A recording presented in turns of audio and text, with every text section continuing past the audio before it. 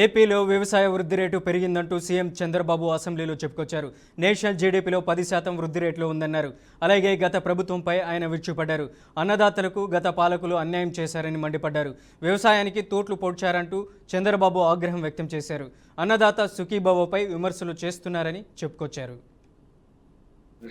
అన్నదాత సుఖీభవ దిశ కొంతమంది మాట్లాడుతున్నారు. 20,000 రూపాయలు ఇస్తామని ఎన్డీఏ చెప్పాం. 3 ఇన్స్టాల్మెంట్స్ కేంద్ర సమానంగా రాష్ట్ర వాటా కింద 14,000, కేంద్ర వాటా కింద 6,000, మొత్తం 20,000 ఇస్తున్నాం.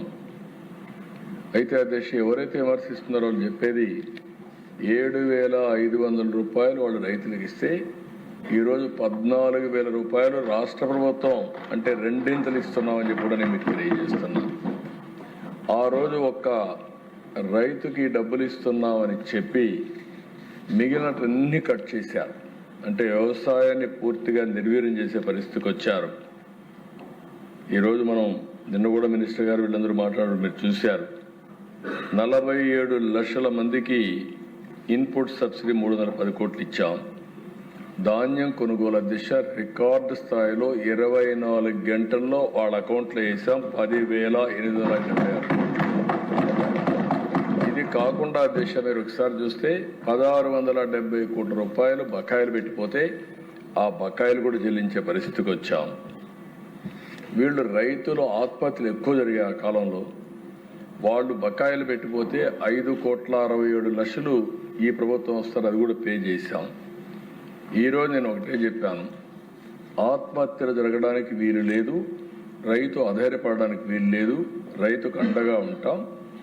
ఎక్కడన్నా ఆత్మహత్య చేసుకుంటే ఏ కారణంతో చేసుకున్నాడో అధ్యయనం చేసి తిరిగి పునరావృతం కాకుండా చేయడానికి ప్రతి రైతు ఆత్మహత్యని ఆడిట్ చేసే పాలసీ కూడా తీసుకొస్తున్నామని చెప్పి మీ ద్వారా రైతులకందరికీ హామీ ఇస్తున్నాను. ఇంకొక పక్కన దిశ యాంత్రీకరణ. ఈరోజు మోడర్న్ ఏజ్లో యాంత్రీకరణతో ముందుకు పోతున్నాం, సబ్సిడీలు ఇస్తున్నాం, ఊబరైజేషన్ తీసుకొస్తున్నాం. మావోయిస్టు పార్టీ మాజీ అగ్రనేతలతో సచివాలయం వేదికగా సీఎం రేవంత్ రెడ్డి సమావేశం నిర్వహించారు. ఇక జనజీవన స్రవంతిలోకి వచ్చిన తర్వాత చట్ట పరిధిలో వారు ఏదైనా చేసుకోవచ్చు, చట్టాలు ఉల్లంఘిస్తే చట్టం తన పని తాను చేసుకుపోతుందని సీఎం రేవంత్ అన్నారు. మావోయిస్టుల లొంగుబాట్లపై అసెంబ్లీలో ప్రకటన చేస్తానని సీఎం రేవంత్ చెప్పుకొచ్చారు.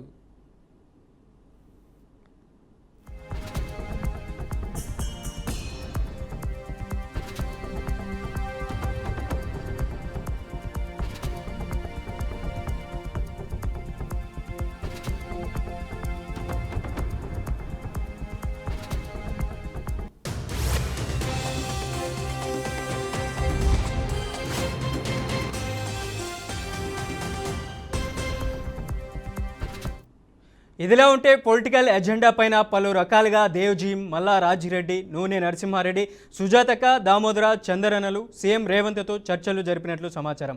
ఈ సమావేశంలో ప్రభుత్వ సలహాదారులు కె కేశవరావు, వేం నరేందర్ రెడ్డి, ప్రభుత్వ ప్రధాన కార్యదర్శి Ramakrishnarao, DGP Shivadhar Reddy, intelligence ADG Vijay Kumar, special branch IG Sumathi పాల్గొన్నారు.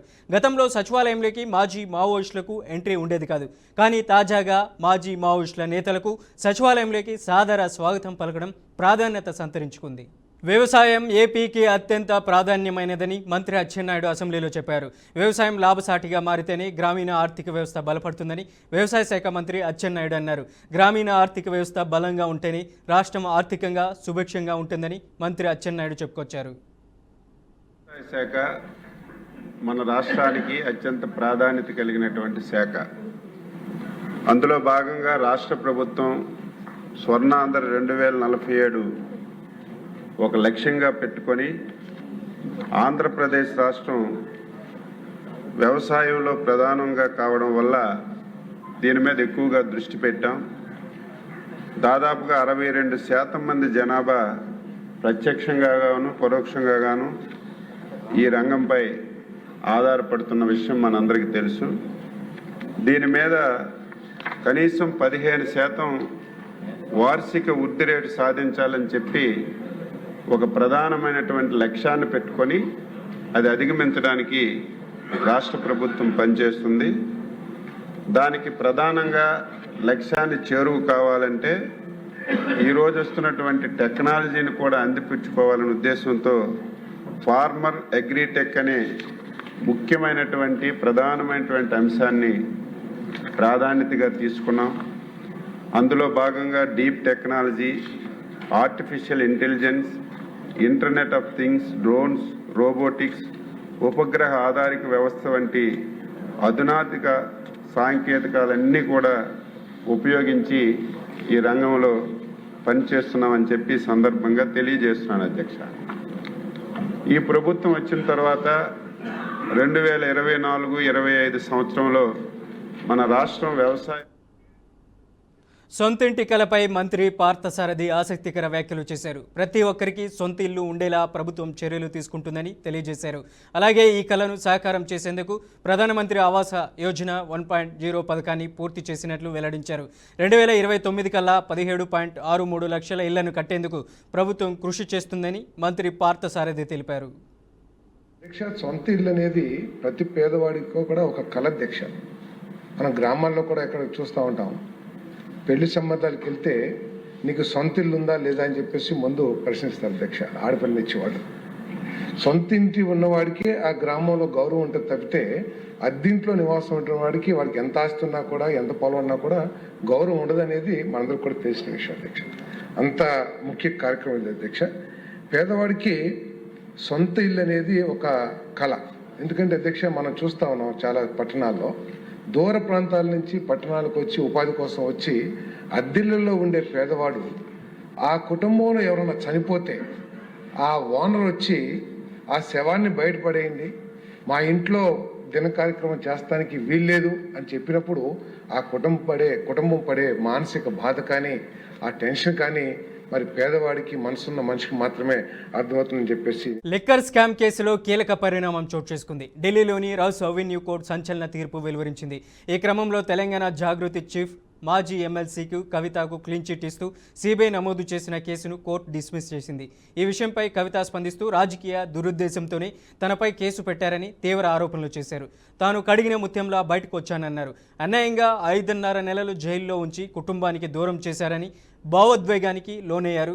మొదటి నుంచే ఇది రాజకీయ కక్ష సాధింపు కేసేనని తాను చెప్పినానని, అలాగే ఇప్పుడు కోర్టు తీర్పుతో అది రుజువైందని కవిత చెప్పారు. ఈ సందర్భంగా తనకు అండగా నిలిచిన ప్రతి ఒక్కరికి కవిత కృతజ్ఞతలు తెలిపారు. ముత్యంలాగా నేను బయటికి వస్తానని నేను చెప్పడం జరిగింది. మరి అదే విధంగా ఇవాళ రావడం జరిగింది. ఎక్కడ నా తప్పు లేకుండా ఒక రాజకీయ పరంగా ఈ కేసు పెట్టారని చెప్పి మేము పదే చెప్పిందే ఇవాళ నిజమైంది. అదేవిధంగా ఈ కేసు పెట్టినటువంటి సందర్భంలో అనేక సార్లు ఢిల్లీకి వారి సొంత డబ్బులు ఖర్చు పెట్టుకొని మా తెలంగాణ జాగృతి నాయకులు డబ్బులు పోగేసుకొని ఢిల్లీకి ఫ్లైట్ టికెట్లు పెట్టుకొని వచ్చినటువంటి వాళ్ళు ఎంతోమంది నాకు తెలుసు. ప్రతి హియరింగ్కి వచ్చి నాకు ధైర్యాన్ని ఇచ్చిన వాళ్ళు ఎంతోమంది నాకు తెలుసు. ఢిల్లీ లిక్కర్ స్కామ్ కేసులో మాజీ సీఎం కేజ్రీవాల్, మంత్రి సిసోడియాతో పాటు కల్వకుంట్ల కవితకు rows avenue court clean chit ఇచ్చింది. ఈ కేసులో ఎలాంటి ఆధారాలు లేవని కేసును కొట్టిపారేసింది. అయితే తాజాగా దీనిపై బీఆర్ఎస్ వర్కింగ్ ప్రెసిడెంట్ కేటీఆర్ స్పందించారు. లిక్కర్ స్కామ్ కేసు పేరుతో కేజ్రీవాల్ ప్రభుత్వాన్ని దింపేశారని అన్నారు. లిక్కర్ స్కామ్ పేరుతో బీఆర్ఎస్ పార్టీని అసెంబ్లీ, పార్లమెంట్ ఎన్నికల్లో దెబ్బ కొట్టారని కేటీఆర్ పేర్కొన్నారు. ఈరోజు కోర్టులో కవితకు న్యాయం జరిగిందని కేటీఆర్ తెలిపారు. ఇక అదేవిధంగా బీఆర్ఎస్ నాయకులపై నమోదైన ప్రతి తప్పుడు కేసు రాజకీయ ప్రేరేపిత కేసులేనని తేలుతాయని చెప్పారు. నిజం గెలవనంత వరకు బీజేపీ, కాంగ్రెస్ పార్టీల నుండి ఆరోపణలు వస్తూనే ఉంటాయన్నారు. ప్రజలను తప్పుదారి పట్టించేలా రూపొందించిన మీడియా కథనాలు వచ్చాయన్నారు. దురదృష్టవశాత్తు ఇది ఇండియాలో కొత్త ప్రమాణంగా మారిందన్నారు. ఇక్కడ ఆరోపణలు నిజాలను కనుమరుగయ్యేలా చేస్తాయని, మీడియా కథనాలు వాటికి ప్రత్యామ్నాయంగా పనిచేస్తాయన్నారు. కానీ చివరికి న్యాయమే గెలుస్తుందని మాజీ మంత్రి కేటీఆర్ స్పష్టం చేశారు. బల్కంపేటలోని శ్రీ రేణుకా ఎల్లమ్మ పోచమ్మ దేవస్థానంలో రాష్ట్ర మంత్రి కొండా సురేఖ ఆకస్మిక తనిఖీలు నిర్వహించారు.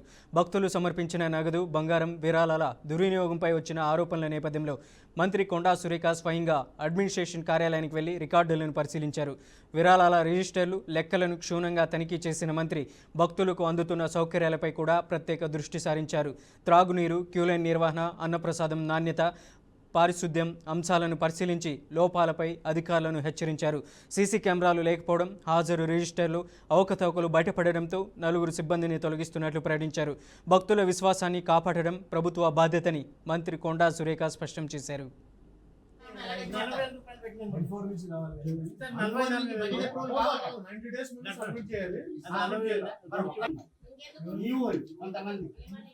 ఏమంటే అది ఎట్లా ఇస్తారు గవర్నమెంట్? పల్కంపేట రేణుక ఎల్లమ్మ దేవాలయాన్ని మాకు చాలా కాంప్లైంట్స్ వస్తున్న సందర్భంలో ఈరోజు సర్ప్రైజ్ విజిట్ కు రావడం జరిగింది. అమ్మవారిని కూడా దర్శించుకోకుండా డైరెక్ట్ గా అడ్మినిస్ట్రేషన్ దగ్గరికి వచ్చి వాళ్ళు ఏమేం చేస్తున్నారు అనే వాటి మీద మేము వివరంగా కూర్చొని మరి వారి దగ్గర నుంచి సమాచారం రాబట్టడానికి ప్రయత్నం చేయడం జరిగింది. అదే విధంగా వంటశాలకు వెళ్ళి పలహారాల ప్రిపరేషన్ లో కానీ మరి లడ్డూల ప్రిపరేషన్ లో కానీ మరి ఏమైనా అవకతవకలు అంటే అక్కడ సరిగా శుభ్రత పాటిస్తున్నారా లేదా అనే దాని మీద కూడా చూడడం జరిగింది. వాటి మాజీ మంత్రి కాకాని గోవర్ధన్ రెడ్డి ఆసక్తికర వ్యాఖ్యలు చేశారు. అక్రమ కేసులకు మేం భయపడతామంటూ కూటమి ప్రభుత్వాన్ని ప్రశ్నించారు. డబ్బు సంచులతో అధికార ఒత్తిడితో తమ మీద అక్రమ కేసులు పెడతారని నిలదీశారు. అలాగే 40 ఏళ్ల నుంచి రాజకీయాలు చేస్తున్న కుటుంబం నలపురెడ్డి కుటుంబం అని చెప్పుకొచ్చారు. ఈసారి ఖచ్చితంగా రాష్ట్రమంతా చెప్పుకునేలా కొవ్వూరులో ప్రసన్న అద్భుత విజయం ఖాయమని ఆయన జోష్యం చెప్పారు. ఎవరి వాళ్ళ ఈరోజు వీటికి భయపడం, నాకు నోటీసులు ఇస్తారు, ప్రసన్న దగ్గరికి పోతే ఆయన ప్రశ్నిస్తారు, లేదు ఇంకొక ఆయన పోతే నోటీసు ఇచ్చినటువంటి దాంట్లో బాధాకరమైనటువంటి విషయం ఏంటంటే పోలీసులు తెలిసి చేస్తున్నారా తెలియక చేస్తున్నారా ఏదో ఒకటి చేసేద్దామని చేస్తున్నారో తెలియదు. కానీ ఆ చట్టం అనేటువంటి దాని మీద కొన్ని నిబంధనలు ఉంటాయి. ఎవరి వాళ్ళ ఒకవేళ ఇవ్వాలి అనుకుంటే బాధిత కుటుంబానికి సంబంధించినటువంటి వాళ్ళు ఇవ్వాలి. దారిని పోయే దానాలు ఇస్తారా? తెలుగుదేశం పార్టీకి సంబంధించినటువంటి తాను ఆరోగ్యంగానే ఉన్నానని వైసీపీ సీనియర్ నేత శాసన మండలిలో విపక్ష నేత బొత్స సత్యనారాయణ తెలిపారు. తన ఆరోగ్యం గురించి ఎవరూ ఆందోళన చెందాల్సిన అవసరం లేదని చెప్పారు. రొటీన్ హెల్త్ చెకప్లో భాగంగానే తాను ఆసుపత్రికి వచ్చానని వెల్లడించారు. ఈ మేరకు ఆయన వివరణ ఇచ్చారు. బొత్సకు బ్రెయిన్ స్ట్రోక్ అంటూ విస్తృతంగా జరుగుతున్న ప్రచారం నేపథ్యంలో ఆయన క్లారిటీ ఇచ్చారు.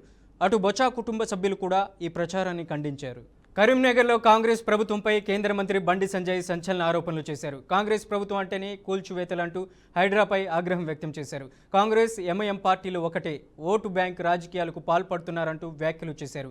కేంద్ర మంత్రి బండి సంజయ్ మాట్లాడుతూ రైతులకు రైతు భరోసా ఇస్తానన్న మాటను సీఎం రేవంత్ రెడ్డి మర్చిపోయారు. ఎన్నికలు వచ్చినప్పుడే కాంగ్రెస్ నేతలకు రైతు భరోసా గుర్తుకు వస్తుందని ప్రశ్నించారు. ఇలా ప్రజలు ఒక తప్పు నిర్ణయించుకున్నారు. మున్సిపల్ ఎన్నికల్లో, గ్రామ పంచాయతీ ఎన్నికల్లో రాష్ట్రంలో వాళ్ళకి ఎక్కువ సరికి మేము రైతు భరోసా ఇవ్వకుండా కూడా మాకు ఓట్లేసారు. మాకు డిఏలు పిఆర్సీ ఏం అమలు చేయకుండా కూడా మాకు ఓట్లేసారు. ఉద్యోగాలు ఇవ్వకుండా మాకు ఓట్లేసారు. 2,500 రూపాయలు ఇవ్వకుండా మాకు ఓట్లేసారు. 4,000 రూపాయలు ఆసరా పెన్షన్ ఇవ్వకుండా మాకు ఓట్లేసారు. నిరుద్యోగ వృత్తి ఇవ్వకుండా మాకు ఓట్లేసారు. ఫీజు రియంబర్స్మెంట్ ఇవ్వకుండా మాకు ఓట్లేసారు. గ్రామ పంచాయతీలకు, మున్సిపాలకు ఒక్క పైసా ఇవ్వకుండా మాకు ఓట్లేసారు అని చెప్పి ఒక అహంకారము ఇలా కాంగ్రెస్ పార్టీ ప్రభుత్వం లోపల వచ్చేసింది. దానికి మనమే కారణం. కాబట్టి ఇప్పుడు ఏం చేస్తారు, జెడ్పీటీసీ ఎంపీటీసీ ఎన్నికల్లో కాంగ్రెస్ పార్టీ ప్రభుత్వానికి గుణపాఠం చెప్తే రైతు భరోసా రెగ్యులర్ గా వస్తుంది. మీరు ఇప్పుడు ఒక విడత వేసాక మళ్ళా మాకు రైతు భరోసా వేసండి మీకు ఓటు గుర్తారనుకోండి, నెక్స్ట్ రాదిగా. ఎందుకంటే రేవంత్ రెడ్డి ఢిల్లీ చెప్పుకున్నారు, సార్ మన హామీలన్నీ గాలి కొలేస్తాం, మేము ఏం చేయకుండా ప్రజలు మాకు ఓట్లు వేస్తున్నారని చెప్పి అలా చెప్పొచ్చిండు. అందుకే నా కేబినెట్ సమావేశం జరిగితే రాష్ట్ర ముఖ్యమంత్రి స్థాయిలో ఉన్నటువంటి ముఖ్యమంత్రి గారు మిర్యాలగూడ సభలో రైతు బంధు వేస్తా 9,000 కోట్ల రూపాయలు రెడీ ఉన్నాయి వేస్తా అన్న ముఖ్యమంత్రి గారు నిన్న కేబినెట్ సమావేశంలో ఎందుకు దాని గురించి చర్చ జరగలే? రైతు భరోసా గురించి చర్చ ఎందుకు జరగలే? మరి రైతు భరోసా వేసే ఉద్దేశం లేదు. రైతులు ఆలోచించాలి. ఇప్పటికీ ఈ 2 విడతలు కలిపి 20,000 కోట్ల రూపాయలు కేటాయించాలి బడ్జెట్. తెలంగాణ సీఎం రేవంత్ రెడ్డిపై బీజేపీ ఎంపీ అరవింద్ వివాదాస్పద వ్యాఖ్యలు చేశారు. గాలికి ప్రభుత్వాన్ని నడుపుతున్నాడని సంచలన వ్యాఖ్యలు చేశారు. ఇల్లు కట్టించలేడు కానీ మూసి ప్రక్షాళన చేస్తాడంట అని ఎద్దేవా చేశారు. ప్రజలను భయపెట్టడానికి, కమిషన్లు నొక్కడానికి రేవంత్ రెడ్డి చేస్తున్న ప్లాన్ అంటూ ధర్మపురి అరవింద్ విరుచుపడ్డారు.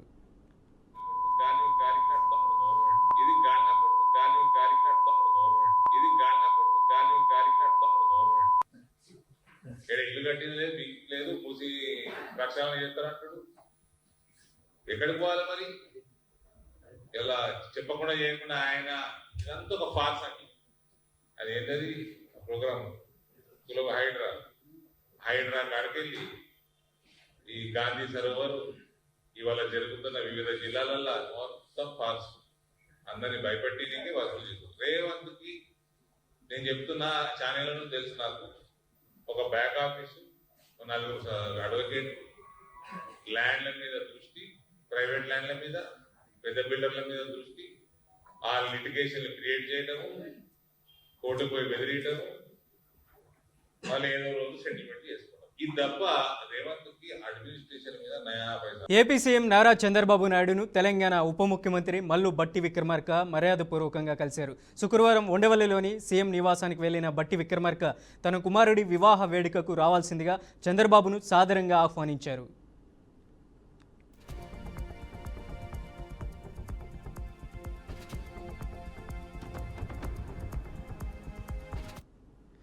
ఇక మార్చి 5వ తేదీన హైదరాబాద్లో బట్టి విక్రమార్క కుమారుడు సూర్య విక్రమాదిత్య వివాహ వేడుక జరగనుంది.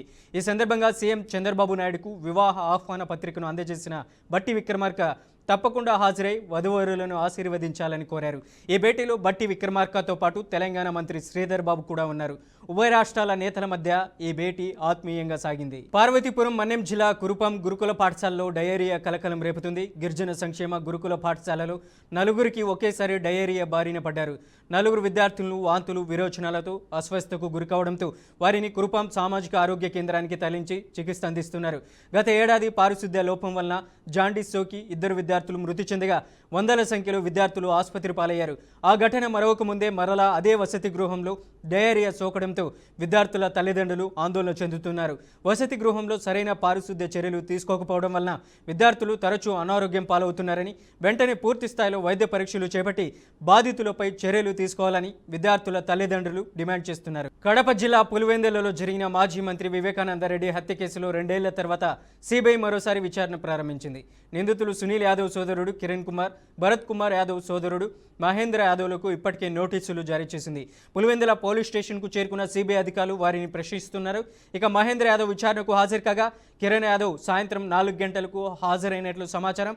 సుప్రీంకోర్టు సూచనల మేరకు కిరణ్ యాదవ్, అర్జున్ రెడ్డి మధ్య జరిగిన కాల్ డేటాపై కూడా సిబిఐ దృష్టి సారించింది. హత్య జరిగిన రోజు తెల్లవారుజామున 1:42 జరిగిన వాట్సాప్ కాల్పై విచారణ జరపనుంది. విజయవాడలో 2007లో హత్యకు గురైన బి ఫార్మసీ విద్యార్థిని అయేషా మీరా అవశేషాలను అధికారులు ఆమె తల్లిదండ్రులకు అప్పగించారు. అయేషా మీరా అవశేషాలను తెనాలిలో ఖననం చేసేందుకు కుటుంబ సభ్యులు ఏర్పాట్లు చేశారు. అయితే తన బిడ్డను అన్యాయంగా చంపేశారని అయేషా తల్లి శంషాద్ బేగం ఆరోపించారు. 19 ఏళ్లుగా న్యాయం కోసం పోరాడుతున్నప్పటికీ పూర్తి న్యాయం జరగలేదని ఆమె ఆవేదన వ్యక్తం చేసింది. దోషులను దేవుడే కఠినంగా శిక్షించాలని ప్రార్థిస్తున్నట్లు తెలిపారు. లిక్కర్ స్కామ్ కేసులో ఢిల్లీ మాజీ సీఎం కేజ్రీవాల్కు కోర్టు క్లీన్ చిట్ ఇచ్చింది. కేజ్రీవాల్తో పాటు మాజీ మంత్రి సిసోడియాకు సైతం కోర్టులో ఊరట లభించింది. కోర్టు తీర్పు అనంతరం కేజ్రీవాల్, డిప్యూటీ సీఎం సిసోడియా భావోద్వేగానికి లోనయ్యారు. ఇక డిప్యూటీ సీఎంగా గతంలో సిసోడియా పనిచేసినటువంటి అనుభవం ఉంది. అలాగే మాజీ సీఎం కేజ్రీవాల్ కూడా మద్యం కుంభకోణం కేసులో అరెస్ట్ అయ్యారు. ఇరువురు బెయిల్ పైన బయటకు వచ్చారు. ఇప్పుడు భావోద్వేగానికి లోనయ్యారు. తప్పు చేయలేదు, తప్పుడు కేసులు పెట్టారని అన్నారు. తాను సిసోడియా సహా తమ పార్టీ నేతలంతా నిజాయితీ పరులని చెప్పారు. దేశంలో ఎన్నో సమస్యలు ఉన్నాయని, వాటిపై పోరాడి ఎన్నికల్లో గెలవాలి కానీ ఇలా కాదని అన్నారు. ఇది కేవలం ఎన్నికల స్టంట్ కోసమేనని మాజీ సీఎం కేజ్రీవాల్ ఆరోపించారు. मैंने जिंदगी में केवल ईमानदारी कमाई है. मेरे को जब कोई बेईमान बोलता है मुझे फर्क पड़ता है. मेरे को जब जेल भेजा जाता है, मेरे परिवार के ऊपर ताने मारे जाते हैं, मेरे को फर्क पड़ता है. केजरीवाल को फर्क पड़ता है. इसलिए मैंने तय किया था कि जब सारे देश के सामने मैं निर्दोष साबित हो जाऊंगा तब तक मैं चुप रहूंगा. आज मेरे दिल से बहुत बड़ा बोझ उतर गया. मैं मोदी जी को कहना चाहता हूं, मोदी जी आपने हमारे ऊपर इतने केस कर लिए, आपने ईडी छोड़ दी, आपने सीबीआई छोड़ दिया, आपने पुलिस छोड़ दिया, आपने इनकम टैक्स छोड़ दिया हमारे पीछे, आपने जेल भेज दिया हमारे 5 सबसे बड़े नेताओं को. आम आदमी पर एक समय ऐसा था जब आम आदमी पार्टी के सबसे टॉप के 5 नेता जेल में थे एक साथ. उसके बाद भी केजरीवाल का कुछ नहीं बिगाड़ सके. अब तो एक ही तरीका बचा है मोदी जी केजरीवाल से निपटने का. केजरीवाल का कत्ल करवाना पड़ेगा, केजरीवाल की हत्या करवानी पड़ेगी. ఢిల్లీ లిక్కర్ స్కామ్ కేసులో 23 మందికి ట్రయల్ కోర్టు క్లీన్ చిట్ ఇచ్చిన కొద్ది గంటలోని కీలక మలుపు తిరిగింది. ట్రయల్ కోర్టు నిర్ణయంపై సిబిఐ హైకోర్టును ఆశ్రయించింది. ఢిల్లీ మాజీ సీఎం కేజ్రీవాల్, డిప్యూటీ మాజీ సీఎం మనీష్ సిసోడియా సహా 23 మందికి క్లీన్ చిట్ ఇవ్వడంతో పాటు నిర్దోషులుగా తేల్చడాన్ని సవాల్ చేస్తూ సిబిఐ హైకోర్టులో పిటిషన్ వేసింది. దీంతో ఢిల్లీ లిక్కర్ స్కామ్ కేసులో న్యాయ పోరాటం మళ్లీ ప్రారంభమైంది.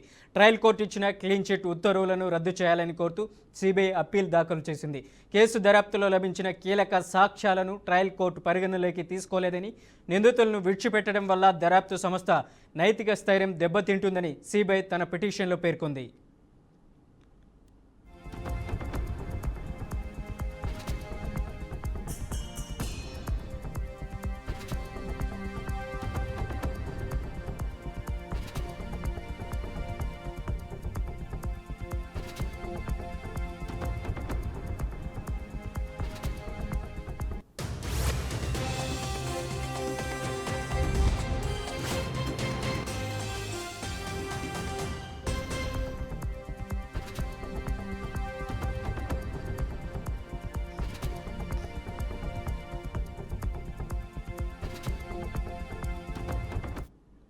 ఇక ఈ పరిణామం ఢిల్లీ రాజకీయాల్లో ఒక్కసారిగా వేడిని పెంచింది.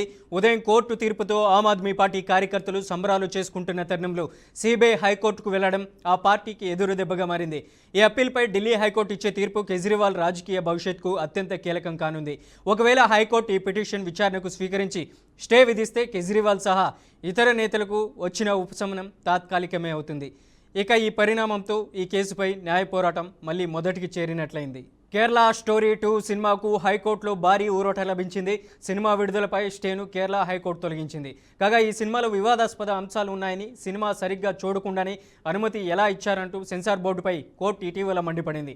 సుదీర్ఘ విచారణ అనంతరం సినిమాపై కోర్టు స్టే విధించింది. తాజాగా స్టే ఎత్తివేయడంతో చిత్ర బృందం హర్షం వ్యక్తం చేస్తుంది. సుదీప్తో సేన దర్శకత్వం వహించిన ది కేరళ స్టోరీ 2023లో విడుదలైంది. ఆదా శర్మ ప్రధాన పాత్రలో నటించిన ఈ సినిమా ఎలాంటి అంచనాలు లేకుండా మే 5వ తేదీన ప్రేక్షకుల ముందుకొచ్చి ఘన విజయాన్ని సాధించింది. 20 కోట్లు పెట్టి తీస్తే 300 కోట్లకు పైగా వసూళ్లు సాధించింది. ఈ సినిమాకు కొనసాగింపుగా ది కేరళ స్టోరీ 2 తెరకెక్కింది. సీక్వెల్కు కామాఖ్య నారాయణ్ సింగ్ దర్శకత్వం వహించారు. ఉల్కా గుప్తా, అతిథి భాటియా ప్రధాన పాత్రలో నటించారు. ఈ సినిమా ఫిబ్రవరి 27న విడుదల కావాల్సి ఉండగా కోర్టు స్టే విధించడంతో ఆగిపోయింది. విడుదలపై త్వరలోనే చిత్ర బృందం కొత్త తేదీని ప్రకటించనుంది. తమిళనాడు అసెంబ్లీ ఎన్నికల వేళ టీవీకే పార్టీ అధినేత దళపతి విజయ్కు బిగ్ షాక్ తగిలింది. ఆయన భార్య సంగీత సంచలన నిర్ణయం తీసుకుంది. భర్త విజయ్ నుంచి విడాకులు కోరుతూ చెంగల్పట్టు జిల్లా కోర్టులో పిటిషన్ దాఖలు చేసింది. విచారణకు స్వీకరించిన కోర్టు ఏప్రిల్ 20వ తేదీన విచారణకు హాజరు కావాలని విజయ్కు ఆ నోటీసులో జారీ చేసింది. గతేడాది నుంచి వీళ్ళిద్దరూ విడాకులు తీసుకుంటారని రూమర్స్ వచ్చాయి. 1999లో విజయ్ సంగీత వివాహం జరిగింది. వీరికి ఓ కుమారుడు, కుమార్తె ఉన్నారు. పెళ్లైన 26 ఏళ్ల తర్వాత విడాకులు కోరడం చర్చనీయాంశమవుతుంది.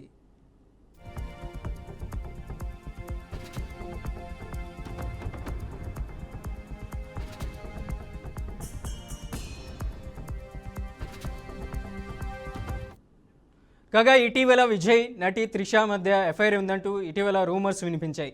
ఏకంగా తమిళనాడు బీజేపీ అధ్యక్షుడే ఈ కామెంట్స్ చేయడం దేశవ్యాప్తంగా దుమారం రేగింది. దీనిపై త్రిష స్పందించి సీరియస్ కావడంతో ఆయన సారీ చెప్పారు. అయితే విజయ్ భార్య విడాకులు పిటిషన్ దాఖలు చేయడానికి విజయ్ వివాహేతర సంబంధమే కారణమని రాజకీయ వర్గాల్లో చర్చ నడుస్తుంది. పశ్చిమ బెంగాల్ రాజధాని కోల్కతాలో ఈరోజు మధ్యాహ్నం రిక్టార్ స్కేల్పై 5.3 తీవ్రతతో భూకంపం సంభవించింది. దీంతో భయాందోళనకు గురైన ప్రజలు ఇల్లు, అలాగే కార్యాలయాలు, పాఠశాలలు, అపార్ట్మెంట్ల నుంచి ప్రజలు బయటకు పరుగులు తీశారు. నగరంలో భూకంపం సంభవించిందని, ఈ ప్రభావంతో పరిసర ప్రాంతాల్లో ప్రకంపనలు చోటు చేసుకున్నాయని అధికారులు తెలిపారు. కోల్కతాలో కొన్ని సెకండ్ల పాటు భూ ప్రకంపనలు వచ్చాయి. భూకంప కేంద్రాన్ని సమీపంలోని బంగ్లాదేశ్లో గుర్తించారు. అయితే కార్యాలయాలు, అపార్ట్మెంట్లు, రహదారుల్లోని సీసీ కెమెరాలో భూకంపానికి సంబంధించిన వీడియోలు రికార్డ్ అయ్యాయి. ఇంట్లో సోఫాలో కూర్చున్నామని, ఆ సమయంలో హఠాత్తుగా భూ ప్రకంపనలు వచ్చాయని, భయంతో ఇంట్లో నుంచి పరుగులు తీశామని స్వాగత అనే స్థానికురాలు తెలిపారు. అయితే తమ ఇంట్లోని సోఫా, ఫ్యాన్ కదలడం తాము చూశామని తెలిపారు.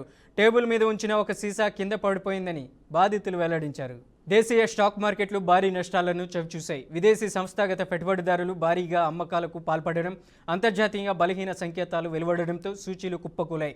ఇన్వెస్టర్ల అమ్మకాలకు మొగ్గు చూపడంతో రోజంతా మార్కెట్లలో ఒత్తిడి కొనసాగింది. ట్రేడింగ్ ముగిసే సమయానికి బీఎస్సీ సెన్సెక్స్ 961 పాయింట్ల నష్టపోయి 81,287 వద్ద స్థిరపడింది. అదేవిధంగా ఎన్ఎస్సీ నిఫ్టీ 317.90 పాయింట్లు క్షీణించి 25,178 వద్ద ముగిసింది. మిడ్ క్యాప్ 100, స్మాల్ క్యాప్ 100 సూచీలు కూడా దాదాపు 1.10% చొప్పున నష్టపోయాయి. మార్కెట్ మొత్తం మీద 1,515 షేర్లు లాభపడగా 2,300 షేర్లు నష్టాలు ముగియడం అమ్మకాల తీవ్రతను సూచిస్తుంది.